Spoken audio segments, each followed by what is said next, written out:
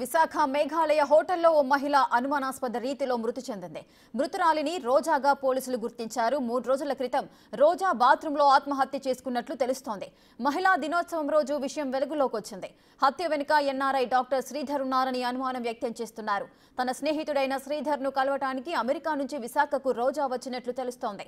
4 రోజులుగా మేఘాలయ హోటల్లోనే శ్రీధర్ ఉంటుండగా ఆమె రోజు కలుస్తున్నట్లు సమాచారం. శ్రీధర్ రోజా మధ్య ఘర్షణ కావడంతోనే ఆత్మహత్య చేసుకున్నారని అనుమానం కూడా వ్యక్తం చేస్తున్నారు. శ్రీధర్ను అదుపులోకి తీసుకున్న 3 టౌన్ పోలీసులు విచారణ చేస్తున్నారు.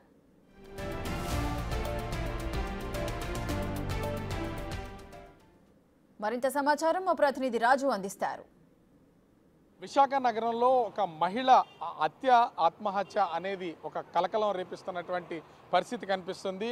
మహిళ అయితే అనుమానాస్పద స్థితిలో మృతి చెందింది. ఇది ఆత్మహత్య అనేది ఇప్పటికీ ఒక క్లారిటీ వచ్చినటువంటి పరిస్థితి అయితే లేదు. విశాఖ నగరం ముఖ్యంగా మేఘాలయ హోటల్లో రూమ్ నెంబర్ 229లో ఒక మహిళ అనుమానాస్పద స్థితిలో మృతి చెందినటువంటి పరిస్థితి కనిపిస్తుంది. అయితే ఈ మహిళ చనిపోయింది ఆదివారం 6వ తేదీన చనిపోయినటువంటి పరిస్థితి కనిపిస్తుంది. ముఖ్యంగా చూస్తే 6వ తేదీ ఈమె చనిపోయిన తర్వాత హోటల్కి సంబంధించినటువంటి మేనేజర్ 3 టౌన్ పోలీస్ స్టేషన్లో 3 గంటల 35 నిమిషాలకు ఫిర్యాదు చేశారు. అయితే అక్కడికి ఫిర్యాదు అందిన తర్వాత పోలీసులు దీని రిపోర్ట్ మొత్తం అంతా కూడా 6వ తేదీన ఇంచుమించుగా 5 గంటల 35 నిమిషాలకు వీళ్ళైతే దీనికి 5 గంటల 30 నిమిషాల సమయంలో రిపోర్ట్ తీసుకున్నటువంటి పరిస్థితి కనిపిస్తుంది. అయితే చనిపోయినటువంటి ఆ మహిళ 45 సంవత్సరాల మహిళగా తెలుస్తున్నటువంటి పరిస్థితి ఉంది. మనకు అందుతున్నటువంటి అంటే పోలీసులు ఏ రకమైనటువంటి వివరాలు వెల్లడించలేదు. కానీ హోటల్ మేఘాలయలో చనిపోయినటువంటి ఆ మహిళకి సంబంధించి పేరు రోజాగా తెలుస్తున్నటువంటి పరిస్థితి ఉంది. అదేవిధంగా ఆమె ఒక ఎన్ఆర్ఐ డాక్టర్గా తెలుస్తుంది. ఆమెతో పాటు శ్రీధర్ అనే మరొక ఎన్ఆర్ఐ డాక్టర్ గడిచినటువంటి 4 రోజులుగా ఈ మేఘాలయ హోటల్లో రూమ్ నెంబరు 229లో ఉంటున్నారనేది ప్రాథమికంగా వస్తున్నటువంటి సమాచారం. శ్రీధర్ 4 రోజులుగా ఇదే హోటల్లో ఉంటున్నటువంటి నేపథ్యంలో రోజా అనే మహిళ, ఆమె కూడా ఒక డాక్టరు, ఆమె కూడా 4 రోజుల నుంచి హోటల్కి వచ్చి వెళ్తూ ఉంటున్నారనేది ఇక్కడ ఉన్నటువంటి సమాచారం అయితే ఉంది. అయితే వీళ్ళిద్దరికి మధ్యన 6వ తేదీన ఒక ఘర్షణ అయితే జరుగున్నది. ఆ ఘర్షణ జరగడం వల్ల ఆమె ఆత్మహత్య చేసుకుందనే వివరాలు అయితే బయటకు వస్తున్నటువంటి పరిస్థితి ఉంది. అయితే ఇది హత్య అనేది తెలుస్తున్నటువంటి పరిస్థితి లేదు.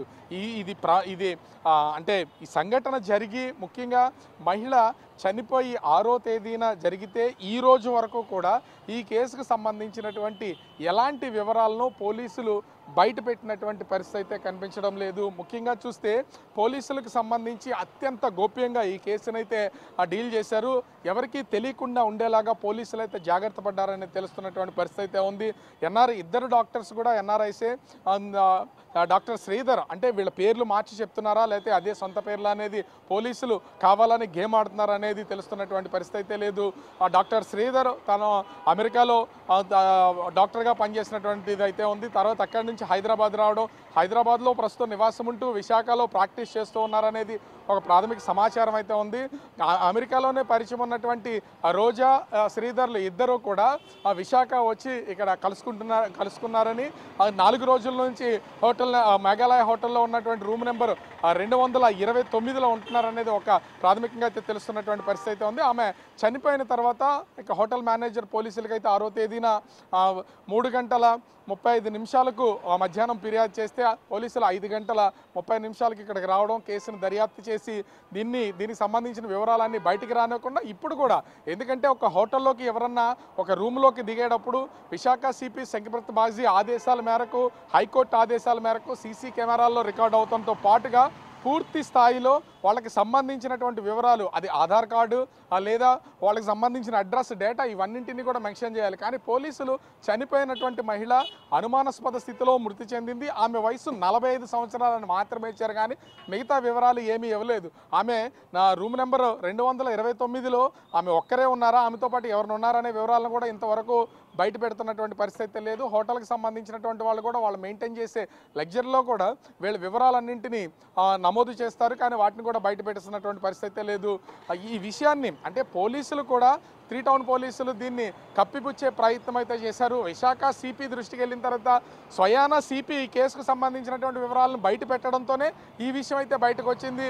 లేకపోతే ఖచ్చితంగా ఈ కేసుకు సంబంధించి పూర్తిగా కనిపించకుండా దీని వివరాలు బయటికి రాకుండా ఖచ్చితంగా పోలీసులు చేసేవాళ్ళనే విమర్శలు కూడా వినిపిస్తున్నాయి.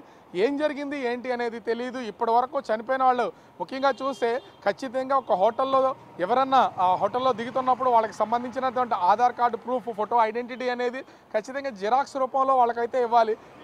అది ఎవరు చనిపోయారు, ఆ హోటల్లో ఎవరు స్టే చేస్తున్నారు అనే విషయాలను కూడా పోలీసులు అయితే ఇప్పటివరకు బయట పెట్టలేదు. ముఖ్యంగా ఇక్కడ చూస్తే ఆ చనిపోయిన ఆమెకి సంబంధించి కేవలం 45 సంవత్సరాల ఒక మహిళగానే పోలీసులు ఆమె గురించి చెప్తున్నారు. కానీ పూర్తి వివరాలను కూడా చెప్పడానికి సందేహిస్తున్నారంటే ఈ కేసుపై కూడా ఎన్నో అనుమానాలు అయితే ఉన్నటువంటి పరిస్థితి అయితే కనిపిస్తుంది.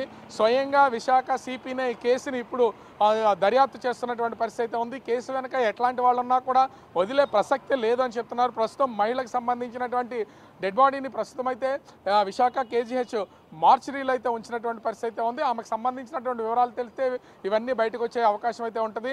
ముఖ్యంగా వీళ్ళిద్దరికి మధ్యన ఏదైనా రిలేషన్ ఉందో ఆ రిలేషన్ ఉండడం వల్లనే వీళ్ళు ఎన్ఆర్ఐస్గా అమెరికాలో ఉన్నప్పుడు ఆ రిలేషన్ మెయింటైన్ చేసి తర్వాత ఇండియాకి వచ్చిన తర్వాత వీళ్ళు హైదరాబాద్ నుంచి విశాఖ ఇక్కడికి వచ్చి రూమ్లో స్టే చేసి వెళ్తున్నారనే వివరాలు కూడా తెలియాల్సినటువంటి పరిస్థితి అయితే ఉంది. మరి శ్రీధర్ పోలీసులు అదుపులో ఉన్నారని చెప్తున్నారు. కానీ ఈ కేసుకు సంబంధించి పోలీసులు రిలీజ్ చేసినటువంటి ప్రెస్ నోట్లో కూడా వీళ్ళ కేసుకి రిపోర్ట్లో కూడా అటు శ్రీధర్ వివరాలు కానీ చనిపోయినటువంటి మహిళకు సంబంధించినటువంటి వివరాలు కానీ వేటిని పొందుపరచలేదు. దీన్ని బట్టే ఈ కేసుకు సంబంధించి ఎన్నో అనుమానాలు వ్యక్తం అవుతున్నాయి.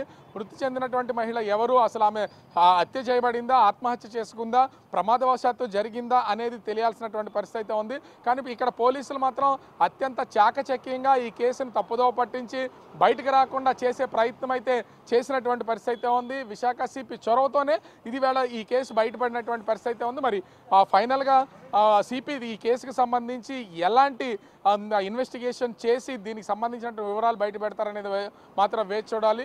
ఓవరాల్గా చూస్తే ఈ మేఘాలయ హోటల్లో చనిపోయినటువంటి ఈ మహిళకి సంబంధించి ఇప్పుడు ఈ కేసు అనేది కలకలంగా మారుతున్నటువంటి పరిస్థితి కనిపిస్తోంది. కెమెరామెన్ అజయ్తో రాజు, బిగ్ టీవీ, విశాఖపట్నం.